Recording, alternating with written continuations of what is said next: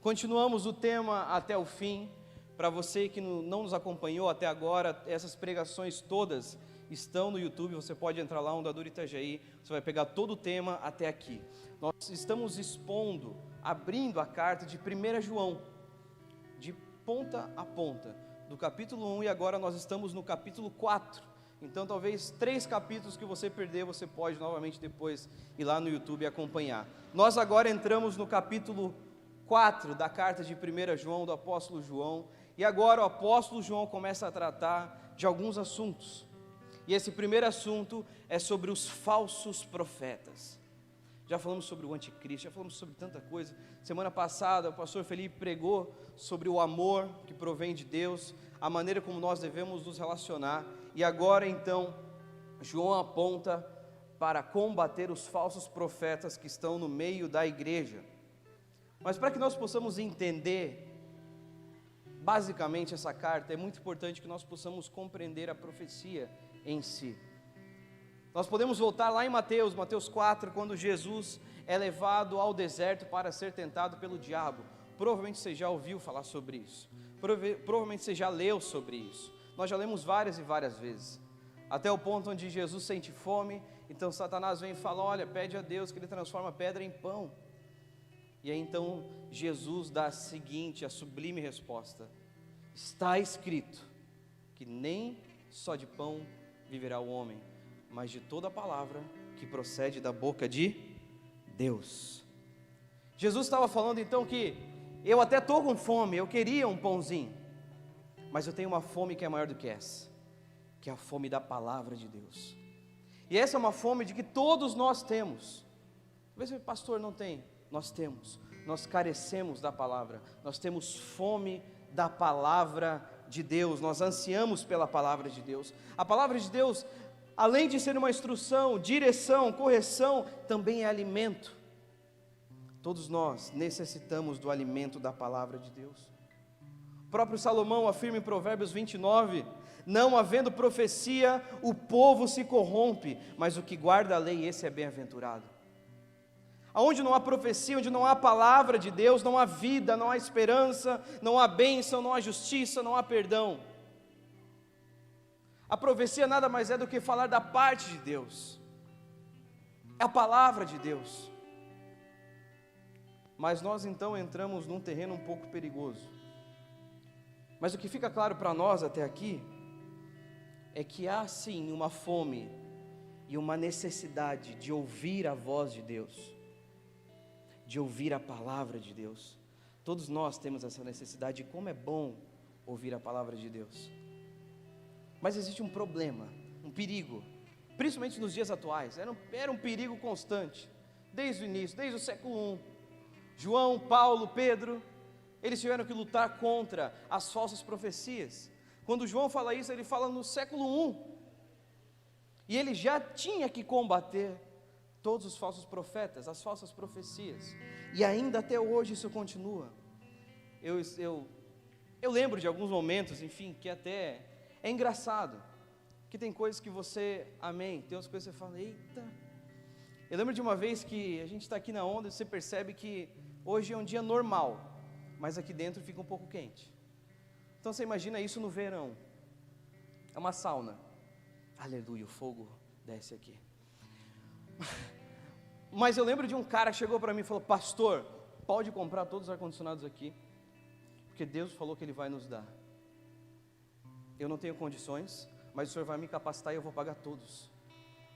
Amém, pastor? Amém. Nunca mais vi esse cara, até hoje, já faz uns 3 anos, nunca mais vi essa pessoa. Então até que ponto que Deus disse? Ou será que foi o calor que disse? E nós entramos nesse paradigma, nesse ponto, onde, pastor, quando que Deus está falando e quando que Deus não está falando? Porque eu creio que as profecias continuam. Eu creio de fato que as profecias continuam. Eu creio em 2 Coríntios 14, quando fala sobre os dons espirituais, fala sobre a profecia, e a profecia é falar da parte de Deus, mediante a palavra de Deus, aplicada nos nossos dias. Isso é profecia. É falar da parte de Deus, mediante a palavra de Deus, a Bíblia, aplicando nos dias de hoje. Isso é profecia. Então eu creio nisso. Eu creio que ela continua existindo, que nós podemos profetizar, e de fato uma das formas de profetizar é a própria pregação. Se é falar da parte de Deus, mediante a palavra, para os dias de hoje, a pregação é uma forma de profetizar. Amém? Então hoje estou aqui para profetizar sobre a sua vida. Mas nós começamos a entrar em parafuso em relação a tudo isso, porque será, pastor? Como saber se isso é de Deus ou não? E esse é um dilema que muitos de nós já enfrentamos. Provavelmente você já se questionou: meu Deus, será que é Deus que está falando mesmo? Será que não é? Como é que eu vou saber? Esse é um problema antigo, problema que João já tentava resolver. E ele começou a dar algumas direções, e a palavra nos aponta para isso, e é para ela que nós devemos correr nesse momento. Amém? Então, por favor, abra a sua Bíblia em João, 1 João, capítulo 4. Enquanto você vai abrindo, nós vamos ler a partir do versículo 1. Quero só contextualizar você no capítulo 3. O capítulo 3, a qual nós pregamos até semana passada, falava sobre o poder do Evangelho quando aplicado na vida do crente. Ele tem o poder de transformar a vida moral de um crente, as atitudes, transformar os relacionamentos do crente, a maneira como ele se relaciona, ou seja, a vida social, o que diz respeito ao amor. E também o terceiro ponto, até o capítulo 3, é a conformidade doutrinária. Porque aquele que crê certo. Não é somente importante crer, mas aprender a crer certo. Amém? É necessário existir uma conformidade doutrinária. Amém? Conformidade doutrinária. E é esse ponto que nós vamos falar hoje, esse terceiro ponto, entrando no capítulo 4. Aquele que crê certo. Fé é diferente de crentice. Amém? A fé cristã é diferente de crentice. É diferente de misticismo. Fé cristã é diferente de otimismo, por mais que nós sejamos otimistas, mas pela fé que nós professamos. E não simplesmente porque a gente acha que tudo vai dar certo. Porque, enfim, o cosmos, o meu signo diz que tudo vai dar certo. Isso não é fé cristã. A fé cristã tem como fundamento a palavra de Deus, amém? Nós cremos em Jesus por causa da sua palavra. Sem ela nós não poderíamos crer em Jesus, porque Ele se revela por meio da sua palavra. Não fomos nós que inventamos a Deus, mas Deus que se revelou a nós por meio da sua palavra. Por isso nós podemos crer e crer certo. Amém? Quantos estão entendendo até aqui? Isso é muito importante, você entenda até aqui, porque agora sim nós entramos no capítulo 4, no versículo 1. Vamos ler juntos então? Amados, não acreditem em todo espírito, mas ponham-no à prova, para ter certeza de que o Espírito vem de Deus, pois há muitos falsos profetas no mundo. Parece que o apóstolo João está falando para nós nesse exato momento: pastor, é verdade? A gente meio que está meio perdido em quem está falando o que, se é verdade, se não é. Então o apóstolo João, ele dá duas dicas para nós, duas atitudes que devemos ter sobre quem fala da parte de Deus. Porque é muito fácil falar da parte de Deus, qualquer um pode falar da parte de Deus. Mas nós cristãos, precisamos de duas atitudes diante daquele que fala da parte de Deus. E a primeira atitude é: não seja ingênuo. Você pode falar isso para o seu irmão? Não seja ingênuo. Porque falar em nome de Deus não significa falar de Deus. Amém? Falar da parte de Deus não significa falar de Deus. Nem tudo que é sobrenatural é divino, meus irmãos. Nem tudo que é sobrenatural é divino. Nós sabemos disso, talvez você já participou de outras religiões esotéricas ou coisas assim, e você percebe que há muitas coisas sobrenaturais. As ações demoníacas também são sobrenaturais. Não é porque roda, pula, enfim, faz o que faz, que é de Deus. Não se iluda. Nem tudo que é sobrenatural é divino. Então isso não é uma marca de uma verdadeira profecia. Não seja ingênuo. Não ache que todo mundo que fala Deus me disse, eis que vos digo, está falando de Deus. Está falando por Deus. Não seja ingênuo. Amém? Falo isso com muito amor a todos nós. Não seja ingênuo. Mas não ache que tudo aquilo que é intelectual é sabedoria de Deus. Esse é o outro extremo. Nós saímos do sobrenatural para entrarmos no intelectual. Muitos de nós talvez somos movidos pelos próprios sentimentos, enfim. Roda, pula, grita e vai para lá. E não que há problema com isso, meu irmão. Não que você não deva fazer isso. Mas nós corremos o risco da intelectualidade também. De achar que tudo aquilo que é muito inteligente, porque o fulano falou, então é verdade. Ah não, mas isso aqui quem falou foi Spurgeon, então é de Deus. Quem falou isso aqui foi Calvino, então tudo que Calvino falou está certo. Não! Não está certo. Se não há respaldo bíblico, jogue fora. Ponto. Não é porque é intelectual que significa a sabedoria de Deus. Amém? Amém? Põe à prova. Primeira coisa, não seja ingênuo. Segundo ponto, ponha à prova. Ponha à prova. Esse é o conselho do apóstolo João. Ponha à prova. Como que nós podemos pôr à prova, pastor? Põe à prova o profeta e a profecia. Como que eu posso, pastor? Quando alguém chega no eis que vos digo que Deus me disse, o que eu faço? Meus irmãos, entenda uma coisa. Existem pessoas muito bem intencionadas. Existem. Que podem ser ignorantes. Não são nem maldosas, mas ignorantes em relação à fé cristã. Que têm um bom coração, têm realmente um desejo de agradar a Deus, mas são ignorantes em relação às coisas de Deus. Ignorantes no sentido de não saber. E também há pessoas maldosas, que usam do falar de Deus, da parte de Deus, o Deus me disse, para manipular o coração daquele que é fraco, que é imaturo, que é novo na fé. Muitos de nós talvez somos novos na fé, e talvez a gente escuta tudo que é coisa, e esse é um grande problema, diante disso tudo, porque nós precisamos pôr à prova. E o primeiro ponto disso tudo, eu lembro que é facilmente usado, né? Nós podemos falar assim, por exemplo, fulana não é mulher de Deus para a tua vida. A mulher de Deus para a tua vida é fulana X. Não, você não deve namorar com essa pessoa, porque Deus está me falando que é essa. Não aceite esse emprego, porque Deus está me falando que o seu emprego é esse. Meu irmão, não caia nessas coisas. Nenhum pastor, nenhuma autoridade na igreja tem poder para dizer o que você deve fazer da tua vida ou não. Ninguém manda na tua vida. Se você é menor de idade, quem manda na tua vida são teus pais. Se você mora com os teus pais, mesmo maior de idade, quem manda na tua vida ainda é teus pais. Eles são os únicos que podem dizer alguma coisa para você. Pastor, nenhum líder da igreja pode dizer o que você deve fazer ou não. Casar com fulano X, com fulano Y. Meu irmão, vai buscar a Deus, vai entender o que é uma mulher de Deus, o que é um homem de Deus. Achou bonitinho, é de Deus? Então vai. O que importa é ser um homem de Deus, uma mulher de Deus. Não acredite que Deus tem uma alma gêmea para você. Não tem.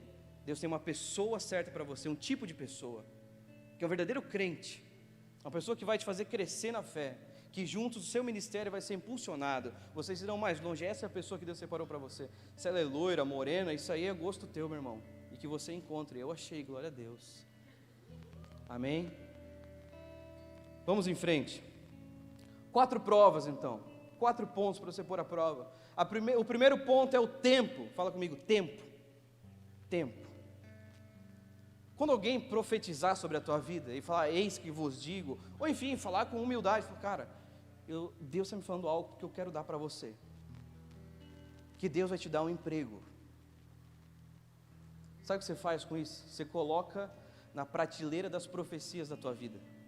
Você pega a profecia e fala assim, tá bom, mais uma, porque se Deus falou, Ele vai fazer, e o problema não é meu, é de Deus. Amém? Coloque a prova do tempo, porque se aquilo de fato é uma profecia, vai se cumprir.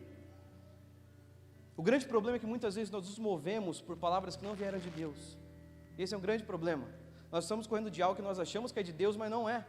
E o problema é que a gente dá com a cara na parede e fala, eita, será que Deus mudou de ideia? Não, é que aquilo não veio de Deus. Então toda vez que você ouvir uma profecia, coloca lá na prateleira das profecias, e deixa Deus ser Deus. Aí você vai falar, era Deus mesmo, Deus cuidou de mim. Cara, Deus havia falado, por isso que eu não me preocupei. Ele me conduziu até aqui. Se cumpriu. Coloque a prova do tempo. Amém? Segunda prova. Primeira prova, tempo. Segunda prova, caráter do profeta. Coloque a prova, o caráter do profeta. Ninguém é perfeito, obviamente, nós sabemos disso. Mas por muitas vezes nós ouvimos pessoas que nem nos conhecem. Talvez o teu pastor, eu sou pastor de alguns 6 anos já. Eu conheço o olhar da pessoa. A maneira como ela olhou para mim, ela já se entregou, já sei, tá, o que está acontecendo? Já sei, eu sou pastor, eu conheço o coração da minha ovelha. Por muitas vezes nós ouvimos pessoas que nós nem conhecemos. Não vou falar nem dos charlatões que tem em relação a isso. Muitos homens que profetizam, mulheres que profetizam, enfim. Esses dias eu ouvi, isso é sério. Um cara, ele era missionário, sua esposa também. E um dia ela foi, enfim, pregar em tal igreja. E ele recebeu uma mensagem da sua esposa. Ela falou: olha, Deus está pedindo para que nós nos separemos. Porque ela não estava indo pregar em nenhum lugar, meu irmão. Já tinha feito, tinha que fazer. O grande problema é que ela jogou isso na conta de Deus. E aí, como é que nós podemos ir contra se Deus falou? O problema é que Deus não contraria a sua própria palavra, amém? Deus nunca vai dizer para você se separar do seu marido. Ele dá respaldo para que isso aconteça em caso de adultério, em caso de abandono, em caso de violência. Mas não que é um desejo do coração de Deus, para simplesmente você satisfazer os seus próprios desejos. Você percebe? Coloque o caráter do profeta à prova. Não escute qualquer pessoa. Perceba se esse é um homem de Deus ou não. Pastor, mas Deus usa até mula. Usa em exceções. Isso não é uma regra, isso é uma exceção. Deus sempre levantou profetas para o seu povo. Sempre levantou profetas. Se fosse necessário, usava uma mula. Eu não estou falando que Deus não possa usar qualquer pessoa, mas com toda certeza Deus tem padrões para aqueles a quem Ele usa. Imagine que eu, então, por exemplo, pregando a palavra para você, falando aqui, expus sobre adultério, se eu estivesse praticando adultério, qual era a moral, a credibilidade que eu teria? E por fim isso respingaria na palavra de Deus, certo? Como é que esse homem está subindo aí? Se ele prega mesmo, se ele está falando, ele está pregando contra o que ele mesmo vive. Não há credibilidade naquilo que se fala. Portanto, não escute qualquer pessoa. Coloque à prova o caráter daquele que profetiza sobre a sua vida, amém? Tempo e caráter. Terceiro ponto, os líderes da igreja. Busca o seu pastor. Quando alguém profetizar alguma coisa sobre a tua vida, busca o teu pastor. Pastor, o cara falou isso aqui para mim, o que você acha disso? Talvez seu pastor falar, não sei, vamos orar. Vamos orar. Talvez falar, cara, isso não vem de Deus. Imagina se alguém profetiza isso na vida de alguém que é novo na fé. Meu irmão, você precisa se separar porque Deus quer que você case com outra pessoa. Já pensou que loucura? Por isso, passe pelo crivo do seu pastor. Busca ele, quando houver alguma dúvida em relação a alguma coisa que você ouviu, busca o teu pastor e fala, pastor, ouvi isso aqui. O que você acha disso? Passe pelo crivo dos líderes da igreja. Tempo, caráter, líderes da igreja e, por fim, não menos importante, a Bíblia. A Bíblia. Pronto.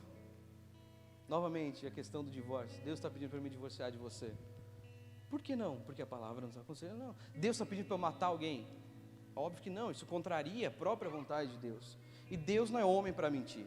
Deus é o mesmo ontem, hoje e para sempre. Amém? Por isso tem a Bíblia como respaldo. Pronto. Esse é o lugar mais seguro para que você possa ouvir a voz de Deus. A Bíblia. Talvez, nesse momento, tem alguns que são mais espirituais, assim. Ele fala, pastor, você pensa assim que você tem um coração muito duro, pastor. É que você não tem discernimento, você é carnal, pastor. A gente não pode colocar o Espírito Santo numa caixinha, pastor.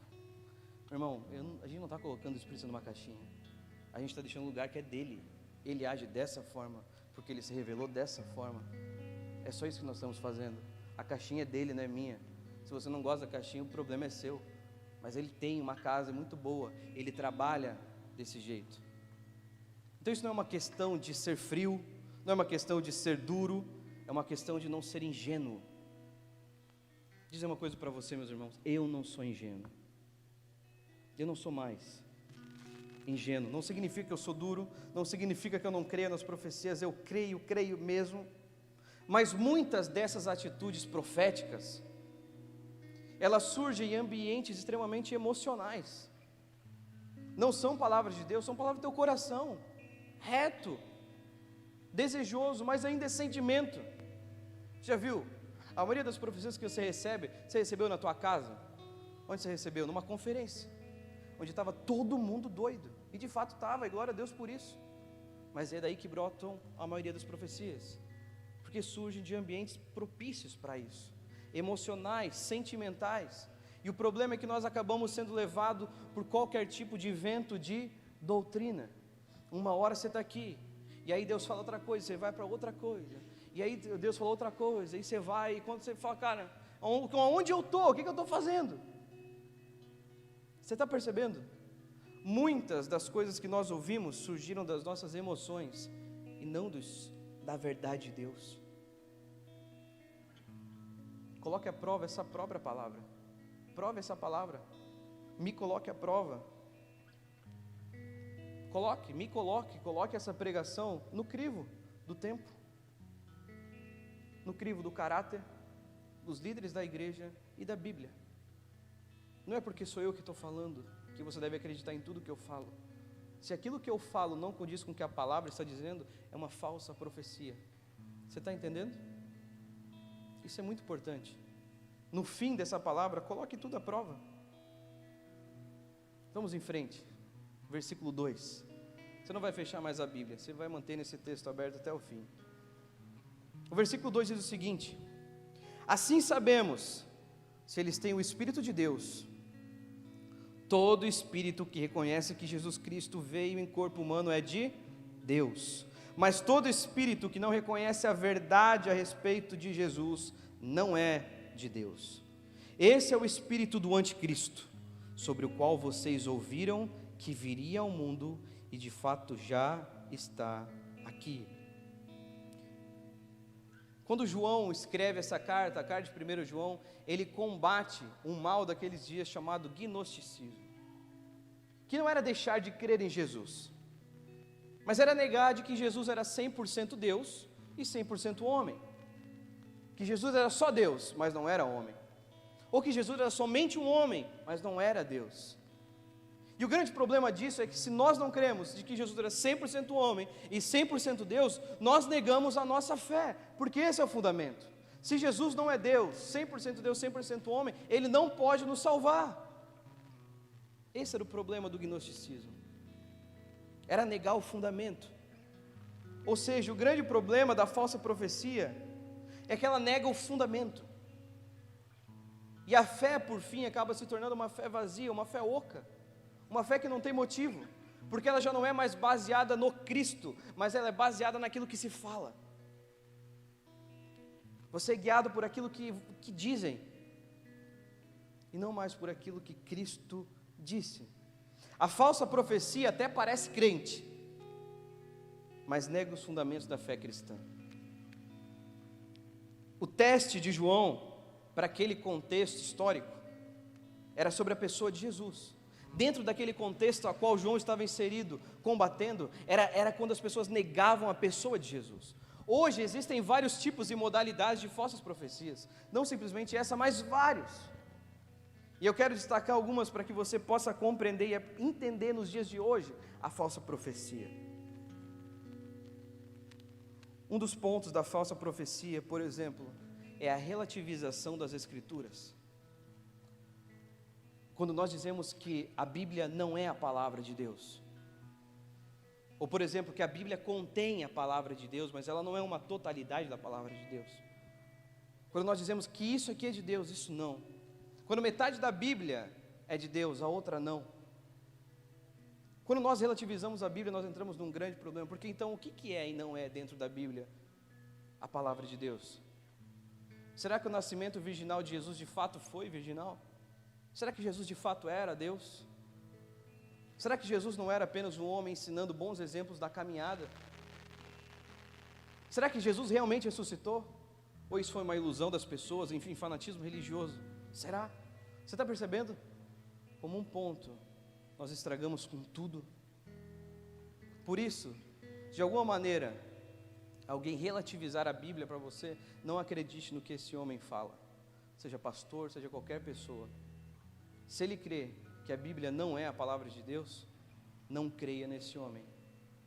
Amém? Segundo ponto é quando o profeta não quer ser questionado. Homens que não aceitam questionamentos. Deus me disse, pastor, será? Meu irmão, você vai duvidar do ungido do Senhor? Pode duvidar, que isso aí não vem de Deus, meu irmão. Toda profecia deve ser questionada e colocada à prova. Essa é a própria instrução da própria palavra de Deus. Põe à prova. Pode ser o Papa, pode ser quem for. Pode ser o teu pai. Pode ser quem for. Meu pai, questione, põe à prova.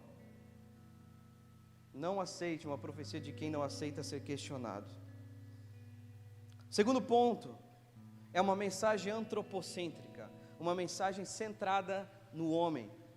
Questione esse tipo de mensagem, que tem como finalidade o coração do homem, a alegria do homem, a satisfação do homem. A teologia da prosperidade, por exemplo, é um exemplo. Teologia da prosperidade.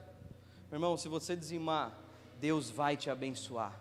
Aquilo que você tanto sonhou, Deus vai te dar. Meu irmão, se você dizimar, Deus vai te abençoar? Vai, claro que vai. Mas isso não significa que você não vai ter mais dor, mais sofrimento, que você vai ganhar o dobro, de que Deus vai te tornar mais rico. Essa bênção não tem a ver com as coisas daqui. Deus vai te abençoar. Você acha que Deus quer que todo mundo seja rico? Não. Alguns serão? Sim. Outros não.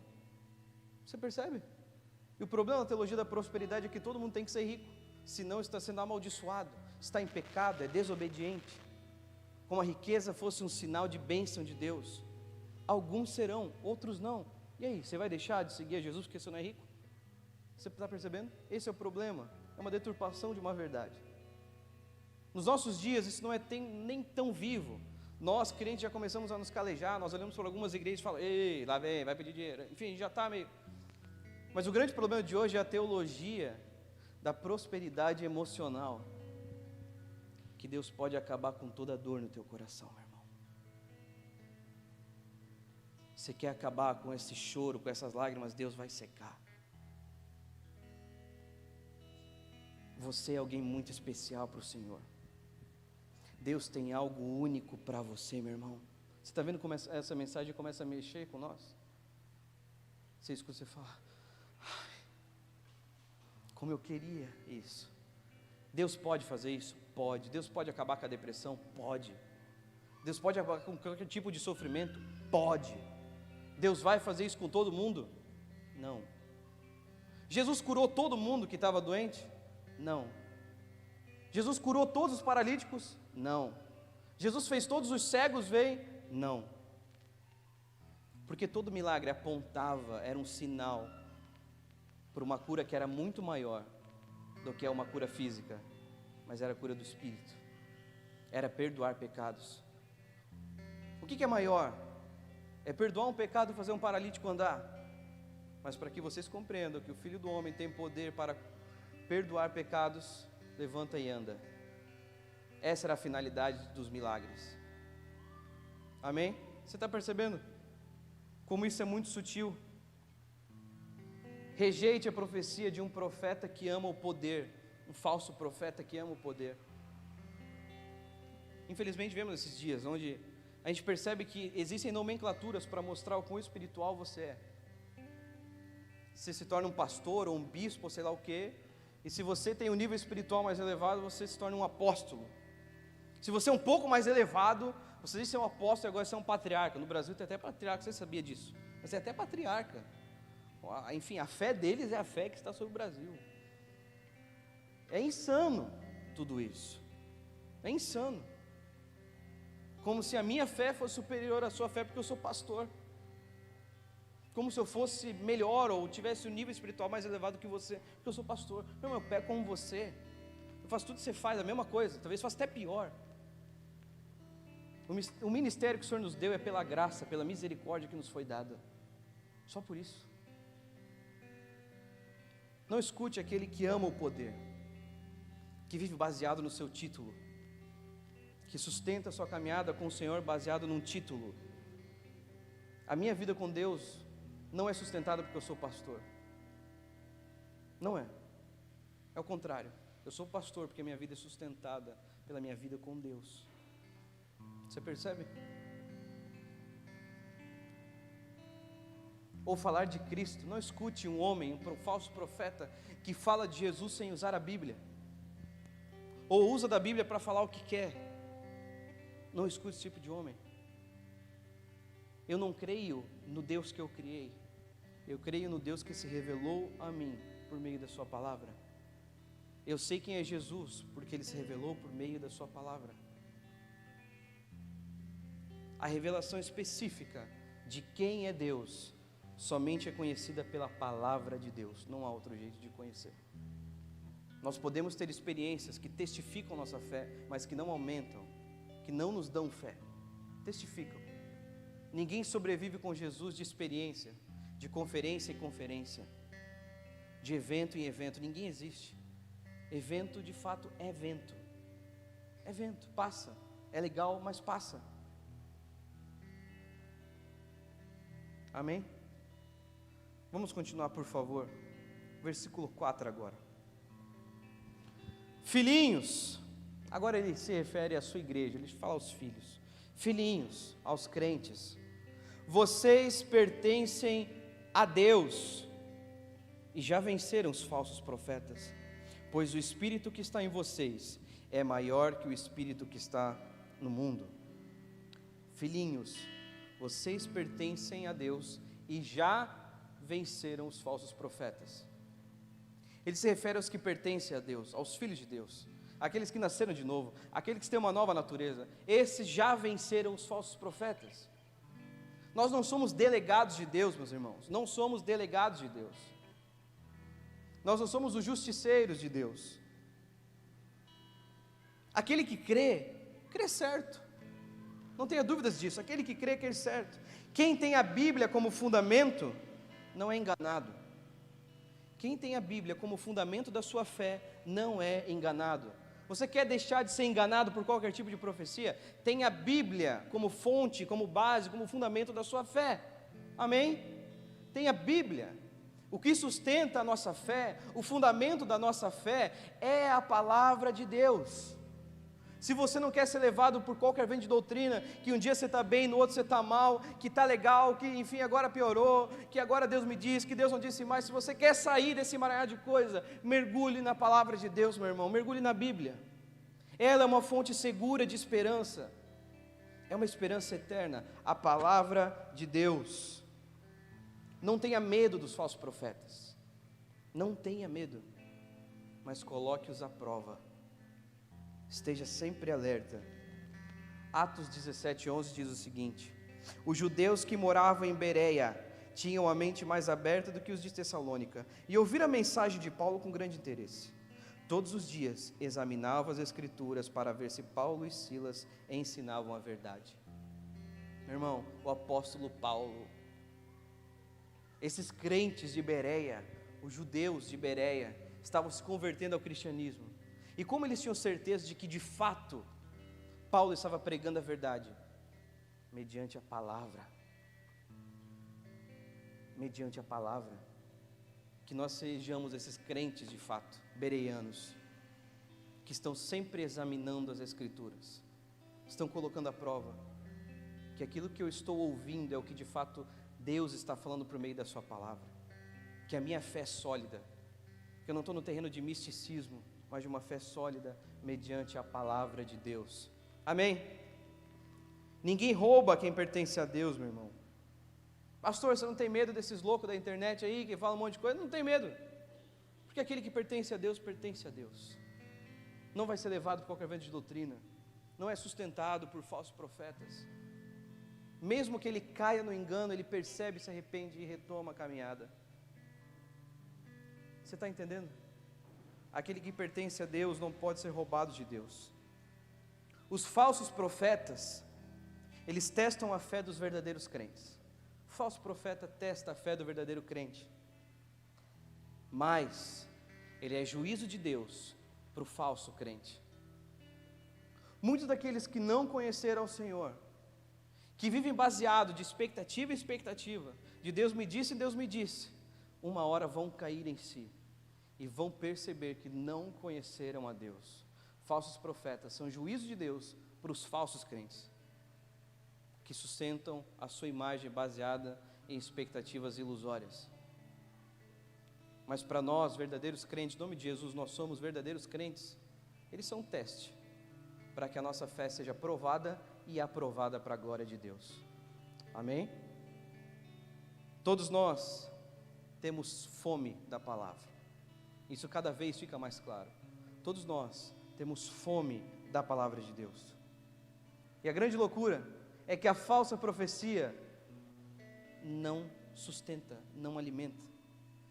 É como McDonald's. A gente gosta de McDonald's, é bom, mas chega aí para qualquer nutricionista, qualquer um, pergunta: o que você acha do McDonald's? A primeira coisa que ele vai falar é assim, ó: nem alimento é. Por quê? Porque não tem nutriente, é isso que ele vai falar. E a falsa profecia é tipo McDonald's: é bom, é gostoso, mas não sustenta.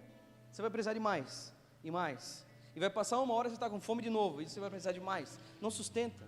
A falsa profecia não alimenta, não nutre, contrário da palavra de Deus, que nos sustenta, que nos alimenta, que nos nutre. Você percebe? É disso que você precisa. Você não precisa, não tente suprir a sua fome da palavra com besteira, porque você vai estar com fome de novo, e essa fome nunca vai ser suprida. A falsa profecia alimenta o ego, mas não alimenta o espírito. A palavra de Deus alimenta o teu espírito e não alimenta o teu ego. Amém? Versículo 5, por favor. Estamos chegando ao fim dessa palavra. Eles pertencem a esse mundo, os falsos profetas.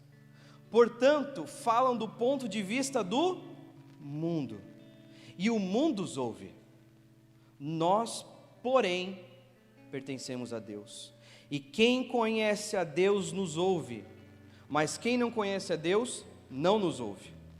Desse modo, sabemos se alguém tem o espírito da verdade ou o espírito do erro. A característica de um falso profeta, de uma falsa profecia, é que ela fala a partir do ponto de vista do mundo. O falso profeta e a falsa profecia sempre vão falar sobre prazer, satisfação, conforto, uma vida confortável, tudo que nós queremos ouvir. Nós vamos falar de tudo que nós queremos ouvir. Essa de fato é a verdade. Eu declaro, eu decreto, tudo aquilo que eu quero. Ela não está preocupada com a vontade de Deus, desde que agrade os nossos ouvidos, desde que seja bom para nós. E isso é totalmente contrário da verdadeira profecia, da palavra de Deus. Porque os verdadeiros homens de Deus, os verdadeiros profetas e a verdadeira profecia, ela fala não do que nós queremos ouvir, mas sobre o que nós precisamos ouvir. A Bíblia fala não do que você quer, mas do que você precisa ouvir. Essa é a grande diferença da verdadeira profecia. Ela geralmente não é agradável, não é confortável, não vai te dar prazer a obedecer. Aquele que quiser vir após mim, negue-se a si mesmo, tome sua cruz e siga-me. Estou profetizando sobre a sua vida, meu irmão. Você está disposto a receber essa profecia? Não vai ser agradável, não vai ser confortável, não vai ser prazerosa, mas essa é a vontade de Deus para mim e para você. Você consegue entender? Isso é uma profecia. Não é isso que nós queremos ouvir, mas é o que nós precisamos ouvir. Verdadeiros profetas, a verdadeira profecia não oferece opinião, oferece a palavra de Deus. A minha opinião pouco importa. A minha opinião, a tua opinião pouco importa. O que importa é a vontade de Deus. O que ela fala, está falado. Manda quem pode, obedece quem tem juízo. Deus manda, a gente obedece. A minha opinião e a sua opinião pouco importa. O verdadeiro profeta não se importa com a opinião dos outros sobre ele. Não se importa. Ele fala o que precisa ser falado. Doa quem doer. Pense o que quiser. Pouco importa. O ego dele não importa. A opinião dos outros sobre ele também não importa. Se ele vai perder seguidores, se as pessoas vão deixar de ir na igreja, pouco importa. Se vão deixar de ir na minha casa, pouco importa, desde que a palavra de Deus seja pregada, desde que aquilo que Deus quer falar seja falado. E outra coisa, a verdadeira profecia, o verdadeiro profeta, tem a vida que testifica a sua própria profecia. O verdadeiro homem de Deus, o verdadeiro profeta, tem uma vida que testifica as suas profecias. Ele caminha de acordo com aquilo que ele prega, aquilo que ele fala é o que ele vive. Você está entendendo? Quando você perceber essas características de um profeta, de uma profecia, receba, guarde da prateleira das profecias e fala: Deus vai se incumbir disso. Amém?